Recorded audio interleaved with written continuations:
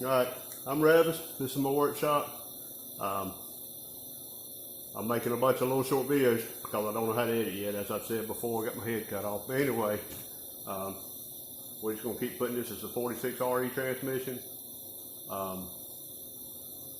built the overdrive unit in the previous video. Got a couple of teardown videos. I've made a couple of shorts. Right now, we're just working on sub-assemblies. I can't finish this job today because I'm waiting on, a couple more parts, just like always.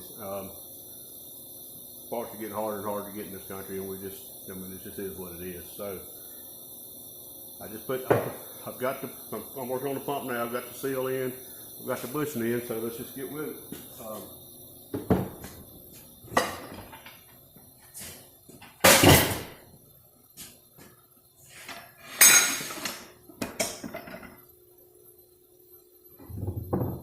Okay.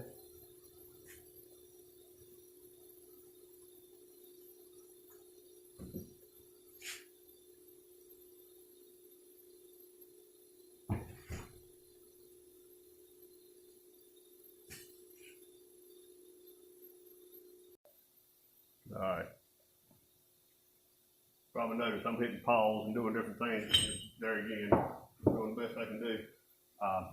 I had forgot to look up on torque this pump. I forgot to look torque thing. So what I do, what you need to do, is a little bit of transmission lube. You can use Vaseline if you don't have this, but this is I like this better. It sticks a little better. So I pump this gearator pump, however you say it.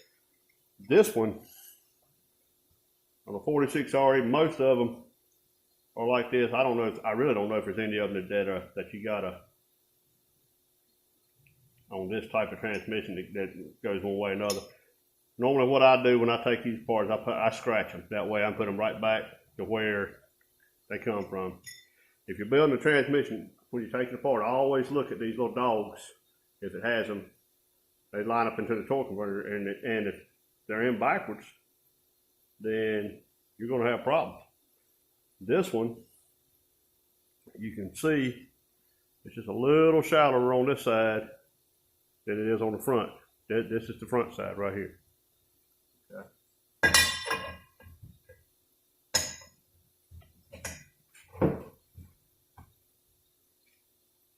Always look, make sure you lining your fluid patches and stuff right, put this pump together.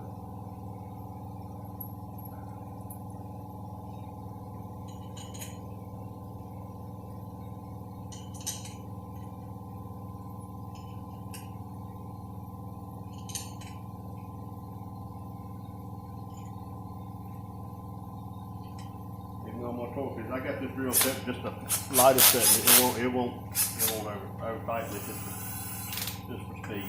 Yeah. I know I'm going slow, but I still don't want to sit here and do that all I can. Alright.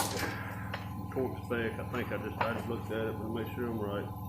Oil pan bolt, 13 foot-pounds.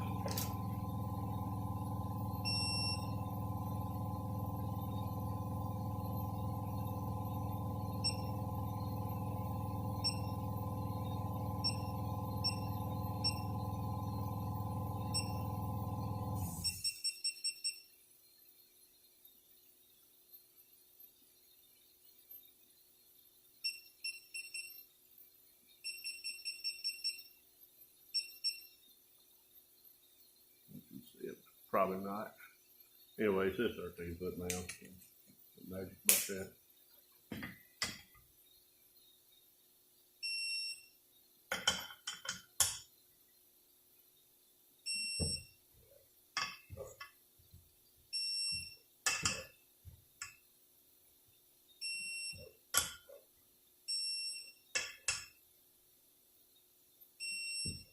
Like I said before, what I'm hoping is somebody can follow this video. Somebody, maybe you're a mechanic that just doesn't mess with transmissions, or maybe you're a hot rod, or maybe you just want to see if you can do it, but trying not to leave anything out,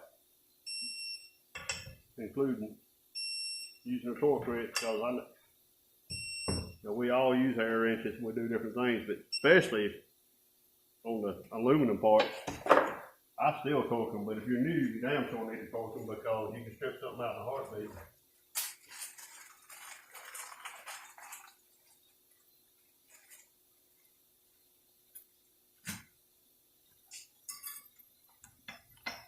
I took y'all for a ride on that one, didn't I? All right.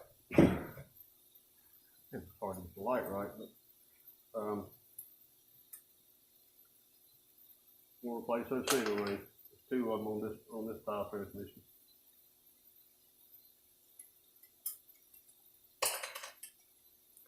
Don't forget that thrust. If you hadn't changed it, you're probably good, but if you change your pumps or anything, then you got to go through and this is selected. You go ahead and check your end play. You can play on the clutch drums, and you can change that.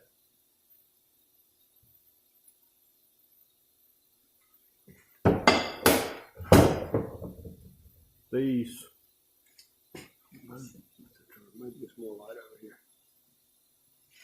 Yeah, okay. These, okay, you can see it right there. That's how they go. They just go in and clip into each other right there.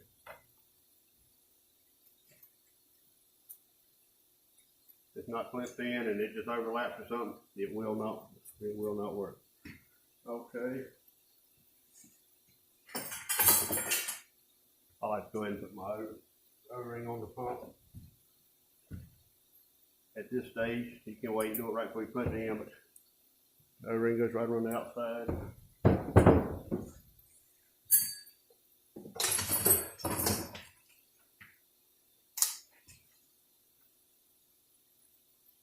I check my pump gasket at this point too. All right,